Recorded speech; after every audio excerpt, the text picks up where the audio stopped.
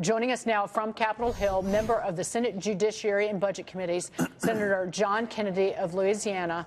Senator, assuming the House passes this bill this morning, which it already passed, it already passed it, and there was changed slightly. When do you expect the president to sign this? As quickly as he gets it. That's what he's told us.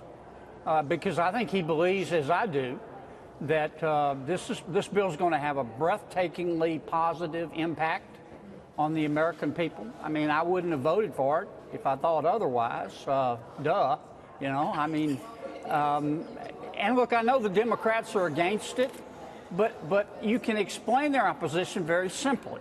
There are two groups of people up here in Washington, and maybe two groups of the media. There are those who believe that you and I, people, can spend the money they earn better than government, and then there's a second group that believes government can. And most of my Democratic colleagues, God bless them, they think, well, we ought to just give all of our money to government because government's smarter than we are and they can make better decisions. And I don't believe that. Senator Steve Forbes is here. He has a question for you. Senator, I read your magazine, Mr. Forbes. Well, you had that bright look about you, thank you.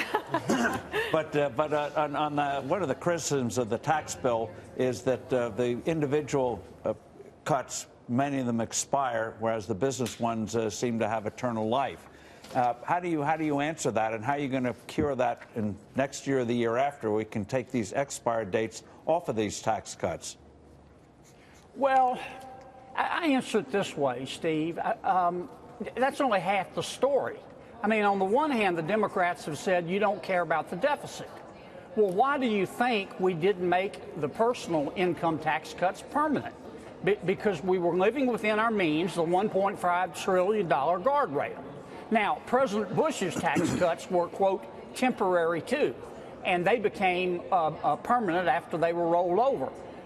The personal income tax cuts, when they supposedly expire in 2025, will never expire. They'll be rolled over.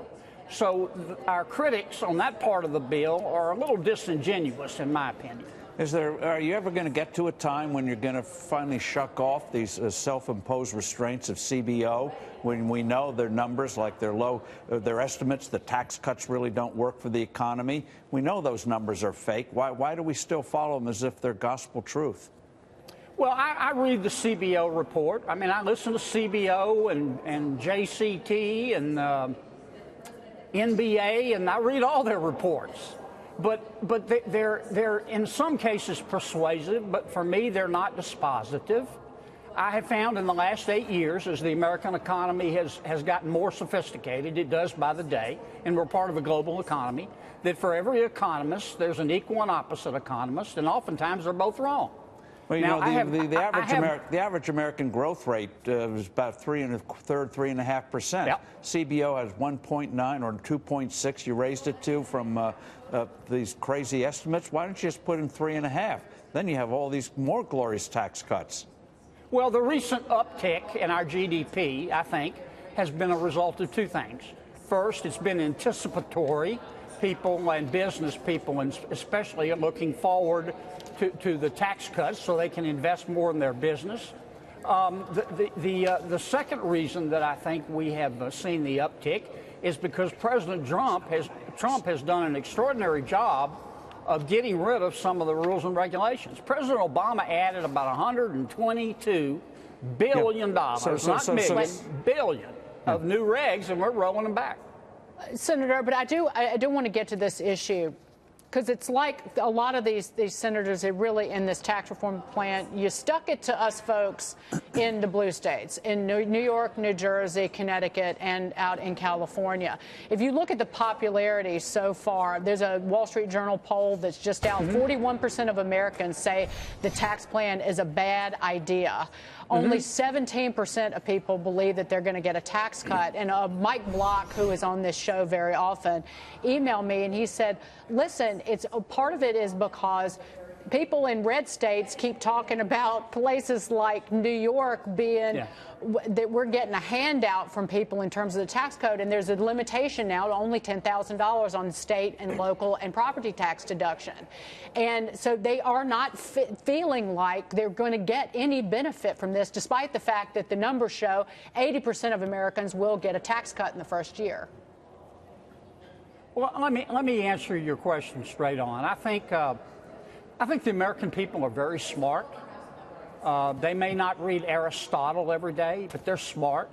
The reason they don't know every provision in the tax code is because they're too busy earning a living. I mean, they can't sit and watch TV all day and learn about this stuff. It's complicated. I've spent over 300 hours working on this bill.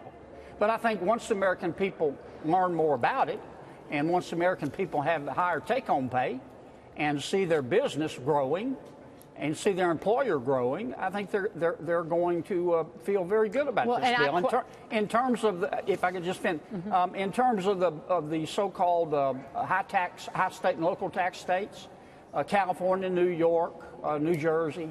Yeah, for some people, if you're making $500,000 a year and you're paying property taxes of $35,000 or $40,000, you're going to pay more.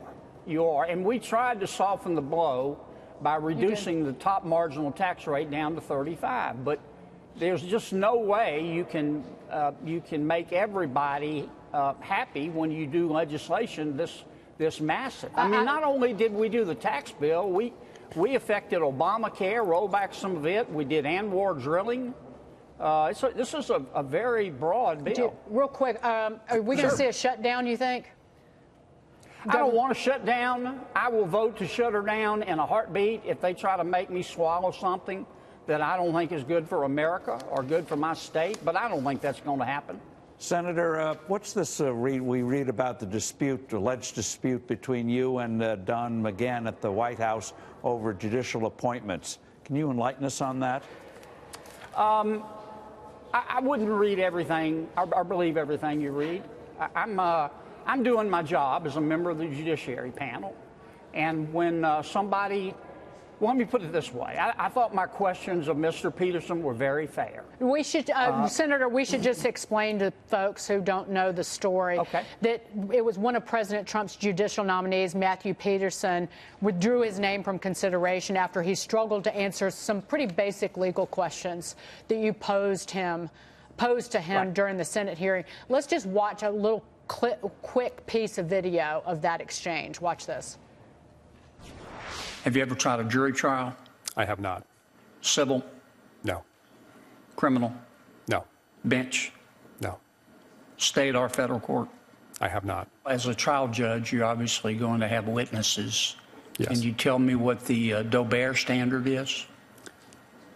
Senator Kennedy, I don't have that readily at my disposal, but I would be happy to take a closer look at that. Just for the record, do you know what a motion in limine is?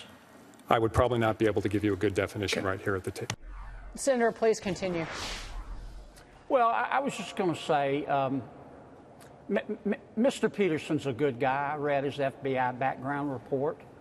But if you've got a brain beyond a single-cell organism, and you've got a law degree, and you've got any experience whatsoever, you know what the Doe-Bear case is. Some call it Dover. In Louisiana, we say Doe-Bear. And I think Mr. Peterson is good at election law, very good apparently, but he's not a trial lawyer, and he's not qualified to sit on the federal bench, especially not in D.C. Senator, thank you so much for being here. We covered a lot of ground. Senator John Kennedy, take care. Merry Happy Christmas. holidays.